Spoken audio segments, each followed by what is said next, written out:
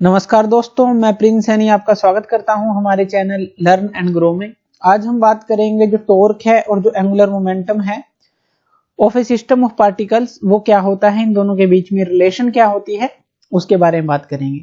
तो जो total angular momentum है किसी भी सिस्टम ऑफ पार्टिकल का अबाउट ए गिवन पॉइंट, कोई भी एक पॉइंट दिया है जिसपे हमें टोटल एंगुलर मोमेंटम अगर हम निकालें तो वो किसके बराबर होता है, is the vector sum of angular momenta of individual particles about the same point. यानी कि जो टोटल होगा वो किसके बराबर होगा, अगर एंगुलर मोमेंटा हम हर एक इंडिविजुअल पार्टिकल का देखें तो उसके बराबर होगा। चलिए इसको समझते हैं। अगर हम टोटल एंगुलर मोमेंटम को एल से डिनोट करते हैं तो ये किसके बराबर होगा, ये हमारा हर एक इंडिविजुअल पार्टिकल के एंगुलर मोमेंटम के बराबर होगा। अब मान लीजिए हमारे पास इस तरह के कोई n पार्टिकल हैं, तो हर एक का जो एंगुलर मोमेंटम का सम है वो टोटल एंगुलर मोमेंटम होगा। सिंपल सी बात है। और इस समेशन को आप कैसे लिख सकते हैं, इस समेशन को आप लिख सकते हैं कि अगर n पार्टिकल हैं तो यहाँ पे 1 से n जो है आप इस तरह से लिख सकते हैं, और जो li यहाँ पे ऐसे लिख सकते हैं। तो समेशन की फॉर्म में आप इसको ऐसे लिख सकते हैं कि i 1 to n, i जो है आप 1 से n पुट करेंगे तो यही वैल्यू आएगी। तो इस तरह से जो है टोटल एंगुलर मोमेंटम को आप शो कर सकते हैं। अब जो एंगुलर मोमेंटम है पार्टिकल का L, इसकी जो हमारे पास जो डेरिवेशन है या कहें कि ये किसके बराबर होता है, तो वो किसके बराबर होता है, हमारा R क्रॉस P के बराबर। तो यही इसी के बराबर होता है, ये पहले भी हम डिस्कस कर चुके हैं। अगर इस समेशन की फॉर्म में अगर हम इसको लिखना चाहें तो हम इसको कैसे लिख सकते हैं, तो इसको हम लिख सकते हैं Li इक्वल टू, अगर हम इसको समेशन की फॉर्म में लिखें तो ये जो समेशन के फॉर्म में आएगा हमारा, ये आ जाएगा i जो है 1 से n तक है, और यहाँ पे क्या आ जाएगा r क्रॉस p, ये तो आएगा ही, और इसके यहाँ पे i आ जाएगा पैर में। इसी तरह से जो li है यहाँ पर क्या आएगा, समेशन i इक्वल टू 1 से n। तो यानी कि दोनों तरफ अगर हम समेशन लगा दें, इस तरफ भी और लेफ्ट भी और राइट भी, तो हम इसको इस तरह से समेशन की फॉर्म में आप इसको इस तरह से लिख सकते हैं। अब देखिए जो टॉर्क है हमारा, ये हमने पहले निकाली थी, जो टॉर्क है वो किसके रेट ऑफ चेंज ऑफ के बराबर होता है, तो वो हमारा होता है एंगुलर मोमेंटम के जो रेट ऑफ चेंज ऑफ के बराबर होता है। ये पिछले लेक्चर में हमने डिस्कस किया था। टॉर्क जो है dl by dt के बराबर होता है। यहाँ पे L क्या है, यहाँ पे L है एंगुलर मोमेंटम। तो यहाँ पे अगर आप समेशन की बात करते हैं तो आप यहाँ पे ये क्या लिख सकते हैं, d by dt, और यहाँ पे लिख सकते हैं समेशन Li। इस तरह से आप इसको लिख सकते हैं। L की जगह आपने क्या पुट कर दिया, ये चीज पुट कर दी, जो समेशन Li है ये पुट कर दी। अब देखिए, यानी कि अगर आप समेशन Li पुट कर देंगे तो ये किसके बराबर हो जाएगा, ये जो टॉर्क है इसको भी आप एक नई नाम दे दीजिए, यानी कि टाउ आई। तो ये जो है, ये जो नाम आप इसको दे सकते हैं, या कहेंगे टाउ आई के बराबर आप इसको लिख सकते हैं अगर आई पार्टिकल के लिए, यानी कि n पार्टिकल के लिए आप ले रहे हैं।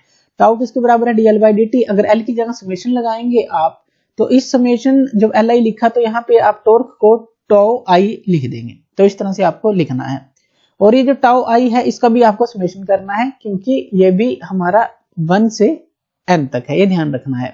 तो 1 से n तक का जो हमारा टाउ आई है, इसी तरह से अगर इसको आप अलग से लिख लीजिए तो यहाँ पे लिख लेते हैं।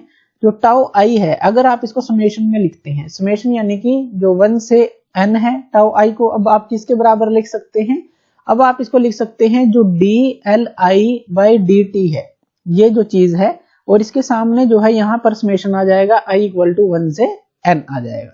तो ये आप क्लियर हो गया होगा कि जहां पर भी आप समेशन का यूज करेंगे 1 से n, तो टाउ आई भी जो है 1 से n तक ही आप उसको लिखेंगे। तो इसलिए ये कंप्लीट समेशन हमने लिख दिया। तो इस तरह आप लिख सकते हैं। अब जो torque acting on ith particle पे अगर आप देखें तो टॉर्क का फॉर्मूला क्या है, जैसे ये तो L का फॉर्मूला था R cross P angular momentum का, इसी तरह से जो टॉर्क का फॉर्मूला है, जो टॉर्क का फॉर्मूला है हमारे पास क्या होता है, वो होता है हमारा R क्रॉस F। तो ये हमारा टॉर्क का फॉर्मूला है। ये पीछे हम जो है सारे लेक्चर्स में डिस्कस कर चुके हैं, ये R क्रॉस F रहेगा। यानी कि यहाँ पे अगर आप टाउ आई निकालते हैं तो टाउ आई क्या हो जाएगा हमारा RI इंटू FI, ये हो जाएगा। अब ये FI क्या है, यहाँ पे FI है हमारा जो फोर्स है ith पार्टिकल पे, और ये किसके बराबर होगा, अगर हम फोर्स की बात करें तो टोटल फोर्स किसके बराबर होती है, टोटल फोर्स हमारी होती है किसी भी पार्टिकल पर अगर एक्सटर्नल फोर्स लग रही हो प्लस इंटरनल फोर्स लग रही हो, तो इसके सम के बराबर होती है total force. External plus internal किसी भी पार्टिकल पे। मान लीजिए इस तरह से यहाँ कुछ पार्टिकल्स हैं, सिस्टम के अंदर कुछ पार्टिकल हैं। इंटरनल फोर्स कौन सी है? जो इनके आपस के बीच में है, इंटरनल फोर्स। एक्सटर्नल फोर्स जो है कोई बाहर से कोई अप्लाई हो रही है, एक्सटर्नल फोर्स।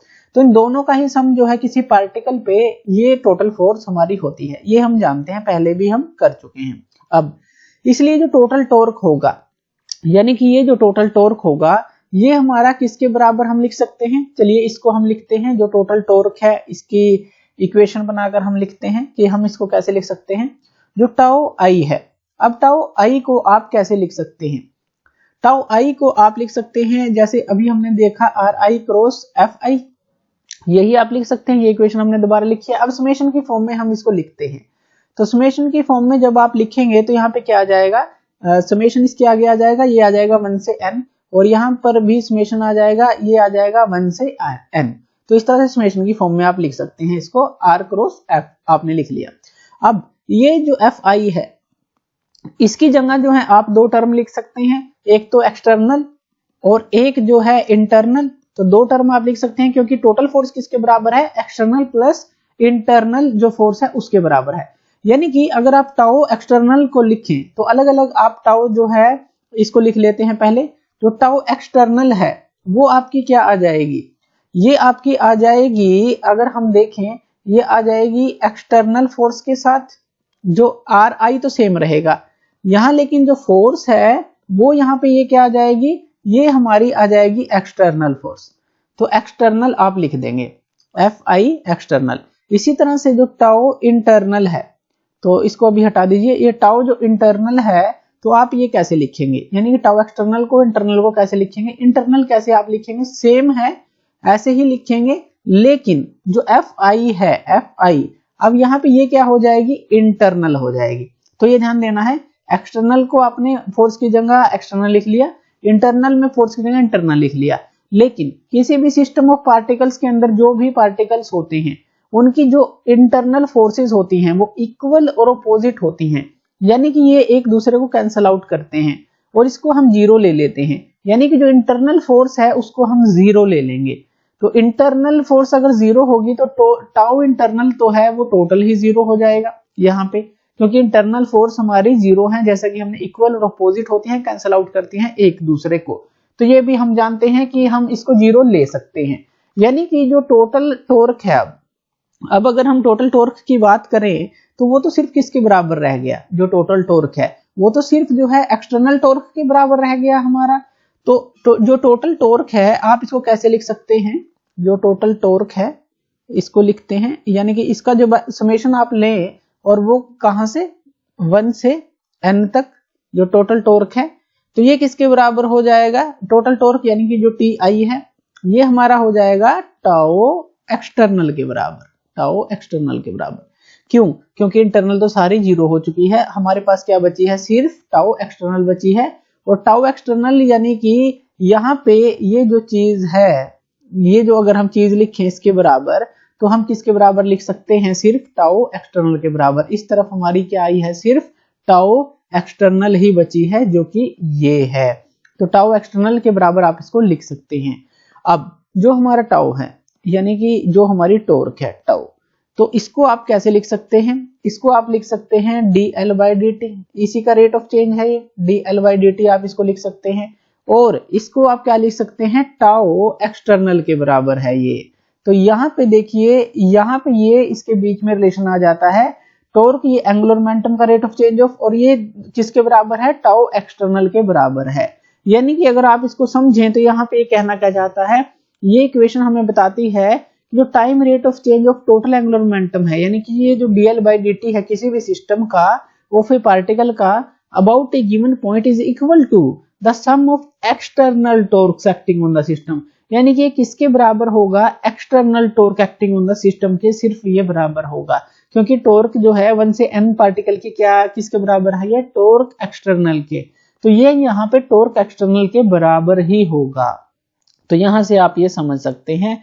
और ये जो है इस तरह से इक्वेशन जो है आप इसके बीच में निकाल सकते हैं, जो हमारे टॉर्क और जो एंगुलर मोमेंटम है of A system of particles के, इस तरह से उनके बीच में ये रिलेशन निकाल सकते हैं कि टोटल जो टॉर्क है एक्सटर्नल टॉर्क के बराबर होगा। तो थैंक यू वीडियो देखने के लिए, और इसी तरह की वीडियोस के लिए आप हमारे चैनल लर्न एंड ग्रो पे हमें सब्सक्राइब कर सकते हैं। धन्यवाद।